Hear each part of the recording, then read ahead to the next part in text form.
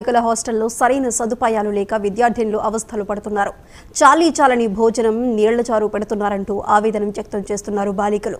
60 మంది విద్యార్థినులు పేర్లు రిజిస్టర్లో ఉండగా హాస్టల్లో కేవలం 25 మంది మాత్రమే ఉండటం గమనార్హం. కొందరు హాస్టల్ వార్డెన్లు విద్యార్థులకు సరైన తిండి పెట్టడం లేదంటూ విమర్శలు ఎదుర్కొంటున్నారు.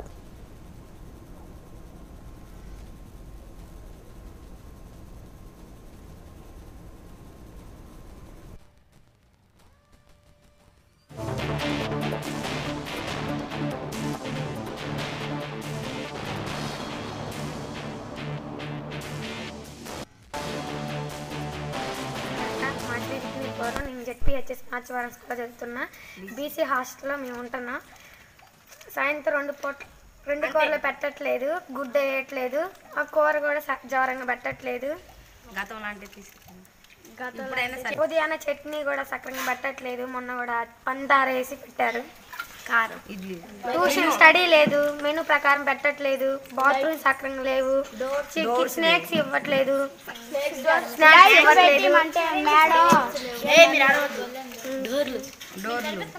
డోర్లు లేవు సార్, బాత్రూమ్స్ కి స్టడీ లేదు, వాచ్మెన్ లేదు సార్. మాకు కావాలి. లేవు, తలుపు సరిగ్గా లేవు. ఎవరైనా డాబాలు దూకొచ్చి మమ్మల్ని ఏదైనా చేస్తే మా పరిస్థితి ఏంటిది? ఆడపిల్లలు మేము, మాకు ఏమైనా జరిగితే